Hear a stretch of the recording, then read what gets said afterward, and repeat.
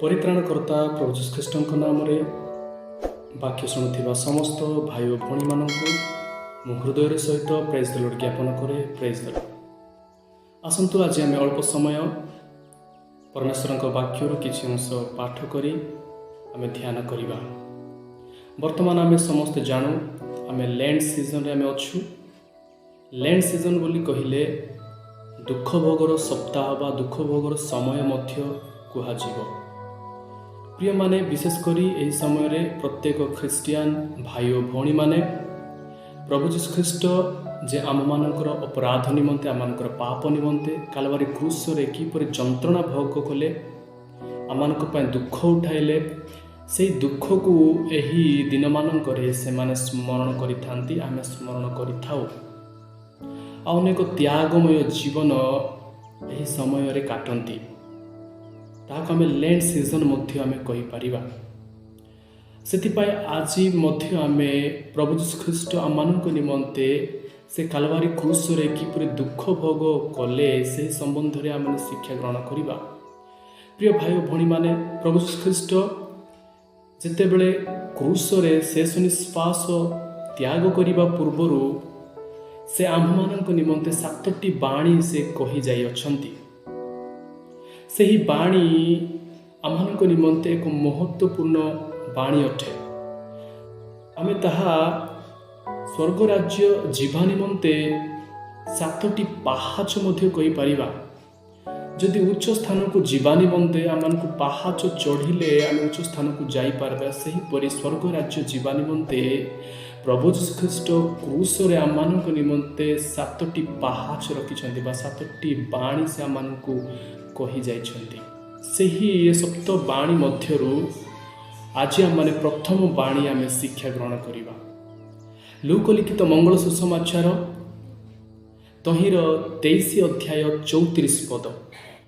ଏଠାରେ ଲେଖା ଅଛି, ସେତେବେଳେ ଯୀଶୁ କହିଲେ, ପିତ ଏମାନଙ୍କୁ କ୍ଷମା କର, କାରଣ ଏମାନେ କ'ଣ କରୁଛନ୍ତି ତାହା ଜାଣନ୍ତି ନାହିଁ। ଯେଉଁମାନେ ପ୍ରଭୁ ଯୀଶୁ ଖ୍ରୀଷ୍ଟଙ୍କ ଉପରେ ଛେପ ପକାଇଲେ, ଯେଉଁମାନେ ପ୍ରଭୁ ଯୀଶୁ ଖ୍ରୀଷ୍ଟଙ୍କୁ କରଡ଼ା ପ୍ରହାର କଲେ, ଯେଉଁମାନେ ପ୍ରଭୁ ଯୀଶୁ ଖ୍ରୀଷ୍ଟଙ୍କୁ କୃଷାର୍ପଣ କଲେ, ପ୍ରଭୁ ସେମାନଙ୍କ ନିମନ୍ତେ ପିତା ପରମେଶ୍ୱରଙ୍କ ନିକଟରେ ପ୍ରାର୍ଥନା କରି କହୁଛନ୍ତି, ପିତ ଏମାନେ କ'ଣ କରୁଛନ୍ତି ତାହା ଜାଣନ୍ତି ନାହିଁ, ଏମାନଙ୍କୁ କ୍ଷମା କର। ଅର୍ଥାତ୍ ପ୍ରଭୁ ଏମାନଙ୍କ ନିମନ୍ତେ ଯେଉଁମାନେ ତାଙ୍କୁ ତାଡ଼ନା କଲେ ସେମାନଙ୍କ ନିମନ୍ତେ ସେ କ୍ରୁଶରେ ଥାଇ କ୍ଷମା ପ୍ରାର୍ଥନା କରୁଛନ୍ତି। ସେଥିପାଇଁ ଏହି ବାଣୀକୁ କ୍ଷମାର ବାଣୀ ବୋଲି ମଧ୍ୟ କୁହାଯାଇପାରେ ବା କ୍ଷମାର ବାଣୀ ମଧ୍ୟ କୁହାଯିବ। ହଁ ପ୍ରିୟ ଈଶ୍ୱରଙ୍କ ଲୋକମାନେ, ସେ କ୍ରୁଶରେ ଥାଇ ଯନ୍ତ୍ରଣା ଭୋଗ କରି ସେମାନଙ୍କ ନିମନ୍ତେ ସେ କ୍ଷମା କରି ପ୍ରାର୍ଥନା କରୁଛନ୍ତି। ଏହି ବାଣୀ ବୁଝିବା ନିମନ୍ତେ ମୁଁ କେତେ ଗୁଡ଼ିଏ ପଏଣ୍ଟ କରିଅଛି।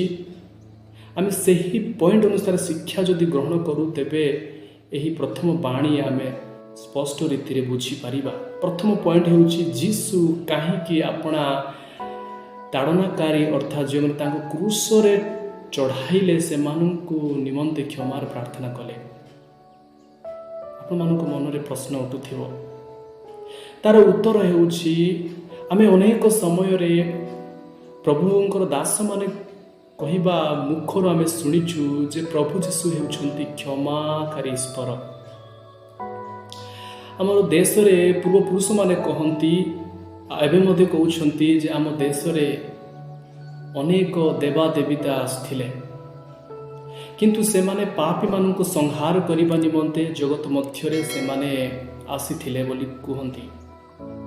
କିନ୍ତୁ ଆମମାନଙ୍କର ପ୍ରଭୁ ଯୀଶୁ ଖ୍ରୀଷ୍ଟ ପାପୀମାନଙ୍କୁ କ୍ଷମା କରିବା ନିମନ୍ତେ, ଯେଉଁମାନେ ତାଙ୍କୁ ତାଡ଼ନା କରନ୍ତି ସେମାନଙ୍କୁ କ୍ଷମା କରିବା ନିମନ୍ତେ ଜଗତ ମଧ୍ୟକୁ ସେ ଆସିଥିଲେ। ପ୍ରିୟମାନେ, ଆମେ ଯେ ତାହାଙ୍କ ବିଷୟରେ କ୍ଷମାମୟ ଈଶ୍ୱର ବୋଲି ଆମେ ତାହାଙ୍କ ବିଷୟରେ ପ୍ରଚାର ଶୁଣୁ, ଯଦି ପ୍ରଭୁ କ୍ରୁଶ ଉପରେ ଥାଇ ଆଉ ସେମାନଙ୍କ ନିମନ୍ତେ କ୍ଷମାର ପ୍ରାର୍ଥନା କରିନଥାନ୍ତେ, ତେବେ ସେ ଯେ କ୍ଷମାମୟ ଈଶ୍ୱର ତାହା ପ୍ରମାଣ କରିପାରିନଥାନ୍ତେ। ସେଥିପାଇଁ ସେ ଯେ କ୍ଷମାମୟ ଈଶ୍ୱର ତାହା ପ୍ରମାଣିତ କରିବା ନିମନ୍ତେ ପ୍ରଭୁ ଯୀଶୁ ଖ୍ରୀଷ୍ଟ କ୍ରୁଶ ଉପରେ ଥାଇ ଆପଣା ତାଡ଼ନାକାରୀମାନଙ୍କ ନିମନ୍ତେ ସେ ପ୍ରାର୍ଥନା କଲେ। ହଁ ପ୍ରିୟ ଭାଇ ଭଉଣୀମାନେ, आज कौन आपण पापर अछंती? आज कौन आपण अपराध करी प्रभुଙ୍କ निकटକୁ फेरिबा ପାଇଁ भय करुछंती? तेबे भयभीत हुअंती नाही। जे प्रभु की तांको जीवन नेबा पाई तांको क्रूसरे चढ़ाइले सेमानंक निमंते क्षमार प्रार्थना कले सेही प्रभु आज आपण मानकु एवं मते हस्त प्रसारी अपेक्षा करछंती। मोर पुओ मोर झियो केते बेले तुमे फेरी आसीबो मु तुमानकर पाप मु क्षमा करिबी। हाँ प्रिय भाई भणी माने आज जदि आपण प्रभु यीशु ख्रीष्टଙ୍କ निकटକୁ फेरिबे तेबे से निश्चय आपण मानकर पाप से क्षमा करिबे। प्रभु यीशु ख्रीष्ट जे केवल निजे क्षमा कले ताहा नुहे बरम से आपणार शिष्य मानकु जे माने तांकर अनुगमन करुथिले सेमानकु मध्य अन्य मानकु क्षमा करिबा निमंते से मानकु शिक्षा देउथिले। उदाहरण स्वरूप जदि आम पढ़ा माथ्यू लिखित मंगल सुसमाचार 6 अध्याय 12 पद, लूक लिखित मंगल सुसमाचार 11 अध्याय 4 पद, से जगार शिष्य मानक मध्यरु जड़े जीशु पाखक आसी कहउछंती प्रभु जहन जेपरी निजर शिष्य मानकु प्रार्थना करने शिखाउछंती शिखाइले सेहीपरि आपण मध्य आमनकु प्रार्थना करने शिखातु। से समय प्रभु से मानक शिखाउछंती आ शेषरे कहउछंती आम्भे माने जेपरि आपणा आपणा अपराधी मानकु क्षमा करू तुमे सेपरि हमर अपराध क्षमा कर। अर्थात प्रभु ए जगह शिक्षा देउछंती आमे मध्य अन्य मानकु क्षमा करिबा दरकार। Praise the Lord, hallelujah. हाँ प्रिय माने आमे मध्य अन्य मानकु क्षमा करिबा दरकार। तेबे आपण मानक मनरे प्रश्न उठुथिबो जे आम्भे माने आपणा ताड़नाकारी मानकु काहींकि क्षमा करिबा। द्वितीय पॉइंट, हाँ प्रिय माने द्वितीय पॉइंट रो तार उत्तर हेउछि आम्भे माने क्षमा पाइथिबा हेतु क्षमा करिबा दरकार। आम्भे माने जन्मरु ही पापरे जन्मिलु आ जेते बेले बड़ हेलु कथावार्ता आमानकर भावना चिंतारे आमे परमेश्वर विरुद्ध रे अनेक पाप कलु, किंतु जेते बेले प्रभु यीशु ख्रीष्ट को आमे त्राणकर्ता रूपे ग्रहण कलु सही समय रे जेते बेले आमे अपना अपना पाप प्रभु को निकट रे स्वीकार कलु से समय प्रभु आमानकर समस्त पाप को से क्षमा कले। जेहेतु आमे प्रभु यीशु ख्रीष्ट ठारू पाप क्षमा पाइथिबा सकाशु आमे अन्य मानकु क्षमा करिबा दरकार।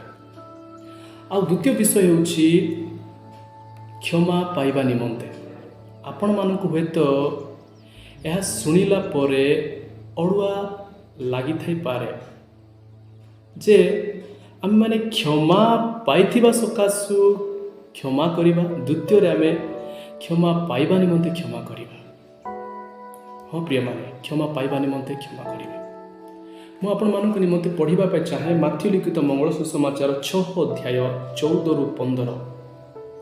कारण जेबे लोकमानकर अपराध सब क्षमा कर तेबे तुममानक स्वर्गस्थ पिता तुममानक मध्य क्षमा करिबे, किंतु जेबे लोकमानक क्षमा न कर तेबे तुममानक पिता मध्य तुममानक अपराध सब क्षमा करिबे नाही। जदि आमनकर अपराध प्रभु क्षमा करंतु बोली आमे जदि इच्छा करू तेबे आम्भे माने जे माने आमनक विरुद्ध अपराध करंती से मानक मध्य क्षमा करिबा नितांत आवश्यक। हाँ प्रिय माने जेहेतु आमे माने थोरे क्षमा पाइलु सेतिकी रे संतुष्ट नुहे, आमे आगामी आ दिन रे मध्य अनेक प्रभुक विरुद्ध रे आमे पाप करिबा। से समस्त पापर जदि आमे क्षमा पाइबा पाई जदि इच्छा करू तेबे आमनकर अपराधी मानक मध्य आमनक क्षमा करिबा नितांत दरकार अटे। प्रिय माने आद्य मंडलीर ख्रिस्टियान विश्वासी भाई और भणी माने मध्य जो माने से मानकु ताड़ना करंती से मानकु क्षमा करुथिले। उदाहरण स्वरूप आपण माने जदि पढ़िबे प्रेरित पुस्तक 7 अध्याय 60 पद स्टीफान विषय लिखा अछि। जेतेबेले स्टीफान प्रभु यीशु ख्रीष्ट विषय रे सुसमाचार प्रचार करुथिले से समय अनेक विरोधी माने स्टीफान विरुद्ध रे उठिले एवं से माने तांको विरोध करी नगर बाहर नहीं तांको प्रस्तराघात कले, किंतु से प्राण त्याग करने पूर्व प्रभु यीशु जेपरी तांको क्रूस रे चढ़ाई लोक मान निमंते प्रार्थना कले ସେହିପରି ଷ୍ଟିଫାନ ମଧ୍ୟ ଯେଉଁମାନେ ତାଙ୍କୁ ପ୍ରସ୍ତରାଘାତ କରୁଥିଲେ ସେମାନଙ୍କ ନିମନ୍ତେ କ୍ଷମାର ପ୍ରାର୍ଥନା କଲେ। ଆମମାନଙ୍କର ଓଡ଼ିଶା ରାଜ୍ୟରେ ମୟୂରଭଞ୍ଜ ଜିଲ୍ଲାରେ ଇଂଲଣ୍ଡ ଦେଶରୁ ଆସିଥିବା ଗ୍ରାହାମ ଷ୍ଟେନ୍, ଯିଏକି କୁଷ୍ଠି ରୋଗୀ ଲୋକମାନଙ୍କ ନିକଟରେ ରହି ସେବା କାର୍ଯ୍ୟ କରୁଥିଲେ, କିନ୍ତୁ ବିରୋଧୀମାନେ ତାଙ୍କୁ ଏବଂ ତାଙ୍କର 2ଟି ପୁଅଙ୍କୁ ସେମାନେ ଜୀଅନ୍ତା କାରରେ ଜଳାଇଦେଲେ। କିନ୍ତୁ ତାଙ୍କର ସ୍ତ୍ରୀ ସେମାନଙ୍କ ନିମନ୍ତେ ଜେଲରେ ବା କୋର୍ଟରେ କ୍ଷମା ପ୍ରାର୍ଥନା କରିଥିଲେ। ଏହା ଏକ ଖ୍ରୀଷ୍ଟୀୟ ଭାଇ ଓ ଭଉଣୀମାନଙ୍କର ଲକ୍ଷଣ କି ଆମେ ଆମମାନଙ୍କର ଅପରାଧୀମାନଙ୍କୁ ମଧ୍ୟ ଆମେ କ୍ଷମା କରିବା। ଯେହେତୁ ଆମେ କ୍ଷମା ପାଇଛୁ ଏବଂ କ୍ଷମା ପାଇବା ନିମନ୍ତେ ଆମେ ଅନ୍ୟମାନଙ୍କୁ କ୍ଷମା କରିବା ନିତାନ୍ତ ଆବଶ୍ୟକ। ତେବେ ଆପଣମାନଙ୍କ ମନରେ ପ୍ରଶ୍ନ ଉଠୁଥିବ, ତେବେ କେତେ ଥର କ୍ଷମା କରିବା? ମୁଁ ଆପଣମାନଙ୍କ ନିମନ୍ତେ ପଢ଼ିଦେବା ପାଇଁ ଚାହେଁ। ଗୋଟେ ଦିନ ଯୀଶୁଙ୍କ ନିକଟକୁ ଆସି ପିତର ପଚାରିଥିଲେ। ମାଥି ଲିଖିତ ମଙ୍ଗଳ ସୁସମାଚାର 18 ଅଧ୍ୟାୟ 21ରୁ ମୁଁ ପଢ଼ିବା ପାଇଁ ଚାହେଁ। ସେତେବେଳେ ପିତର ତାହାଙ୍କ ପାଖକୁ ଆସି ପଚାରିଲେ, ହେ ପ୍ରଭୁ, କେତେ ଥର ମୋହର ଭାଇ ମୋ ବିରୁଦ୍ଧରେ ପାପ କଲେ ମୁଁ କ୍ଷମା କରିବି? ଏହା ମୋର ଏବଂ ଆପଣମାନଙ୍କର ପ୍ରଶ୍ନ ପ୍ରଭୁଙ୍କ ନିକଟରେ। ହୁଏତ ମୁଁ ଭାବେ ଯେ ପିତର ତାଙ୍କର ଭାଇ ହୁଏତ ପିତରଙ୍କ ବିରୁଦ୍ଧରେ ପାପ କରିଥାଇ ପାରନ୍ତି, ସେଥିପାଇଁ ସେ ପଚାରୁଛନ୍ତି ଯେ ପ୍ରଭୁ, ମୋର ଭାଇ ଯଦି ମୋ ବିରୁଦ୍ଧରେ ପାପ କରେ ତେବେ ମୁଁ କେତେ ଥର କ୍ଷମା ଦେବି? ହୁଏତ ଆପଣଙ୍କର ଭାଇ ଆଜି ବର୍ତ୍ତମାନ ଆପଣଙ୍କ ବିରୁଦ୍ଧରେ ସେ ଅପରାଧ କରିଛନ୍ତି। ତେବେ ଆପଣ ପଚାରିଥାଇ ପାରନ୍ତି ପ୍ରଭୁଙ୍କୁ, ପ୍ରଭୁ ମୁଁ କେତେ ଥର ମୋ ଭାଇଙ୍କୁ ମୁଁ କ୍ଷମା କରିବି? ପ୍ରଭୁଙ୍କର ଉତ୍ତର ଶୁଣନ୍ତୁ।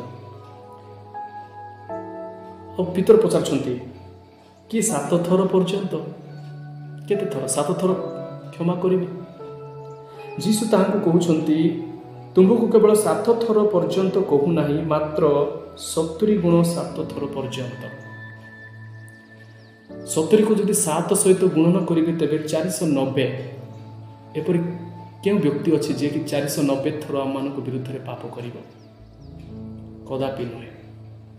ୟାର ତ ଅର୍ଥ ଆମମାନଙ୍କର ଶେଷ ନିଶ୍ୱାସ ଥିବା ପର୍ଯ୍ୟନ୍ତ ଆମମାନଙ୍କର ଅପରାଧୀମାନଙ୍କୁ ଆମେ କ୍ଷମା କରିବା ଦରକାର ଅଟେ। ଆମମାନଙ୍କର ଜୀବନର ଶେଷ ପର୍ଯ୍ୟନ୍ତ ଆମମାନେ ନିଜର ଅପରାଧୀମାନଙ୍କୁ, ଯେଉଁମାନେ ଆମକୁ ତାଡ଼ନା କରନ୍ତି, ଯେଉଁମାନେ ଆମମାନଙ୍କୁ ନିନ୍ଦା କରନ୍ତି, ସେମାନଙ୍କୁ ଆମେ କ୍ଷମା କରିବା ନିତାନ୍ତ ଦରକାର ଅଟେ। ହଁ ପ୍ରିୟମାନେ, ଆଚାର ହେଉଛି କିପରି କ୍ଷମା କରିବା? ଆମେ ତ କ୍ଷମା କରିବା, କିନ୍ତୁ କିପରି? ଲେଖା ଅଛି ମାଥି ଲିଖିତ ମଙ୍ଗଳ ସୁସମାଚାର 18 ଅଧ୍ୟାୟ 35 ପଦରେ। ମୁଁ ଆପଣମାନଙ୍କ ନିମନ୍ତେ ପଢ଼ିବା ପାଇଁ ଚାହେଁ। ଏଠାରେ ଲେଖା ଅଛି, ତୁମେମାନେ ପ୍ରତ୍ୟେକ ଜଣ ଯଦି ଅନ୍ତର ସହ ଆପଣା ଆପଣା ଭାଇକୁ କ୍ଷମା ନ କର, ତାହେଲେ ମୋହର ସ୍ୱର୍ଗସ୍ଥ ପିତା ହିଁ ତୁମମାନଙ୍କ ପ୍ରତି ସେହି ପ୍ରକାର କରିବେ। ଆମେ କ୍ଷମା କରିବା ଦରକାର, କିନ୍ତୁ ଅନ୍ତରର ସହିତ କ୍ଷମା କରିବା ଦରକାର। ଅନେକ ଲୋକେ ମୁଖରେ କୁହନ୍ତି ମୁଁ କ୍ଷମା କରିଦେଲି, ସେତିକିରେ ଯଥେଷ୍ଟ ନୁହେଁ, କିନ୍ତୁ ସେମାନଙ୍କର ଅନ୍ତରରେ ସେମାନେ କ୍ଷମା କରିନଥାନ୍ତେ। ହଁ ପ୍ରିୟ ଭାଇ ଓ ଭଉଣୀମାନେ, ଆମେ ନିଜ ହୃଦୟର ସହିତ, ନିଜ ଅନ୍ତରର ସହିତ ଆମମାନଙ୍କ ଅପରାଧୀମାନଙ୍କୁ ଆମେ କ୍ଷମା କରିବା ଦରକାର। ଯଦି ଆମେ କ୍ଷମା କରିବା ତେବେ ଆମେମାନେ ମଧ୍ୟ କ୍ଷମା ପ୍ରାପ୍ତ ହେବା। ସେଥିପାଇଁ ପ୍ରଭୁ ଯୀଶୁ ଖ୍ରୀଷ୍ଟ ଏ ସମସ୍ତ ବିଷୟ ଶିକ୍ଷା ଦେବା ନିମନ୍ତେ ସେ କ୍ରୁଶରେ ପ୍ରଥମ ବାଣୀରେ ସେ କହିଲେ ଯେ ଆମମାନେ ପରସ୍ପରକୁ କ୍ଷମା କରିବା ନିତାନ୍ତ ଆବଶ୍ୟକ।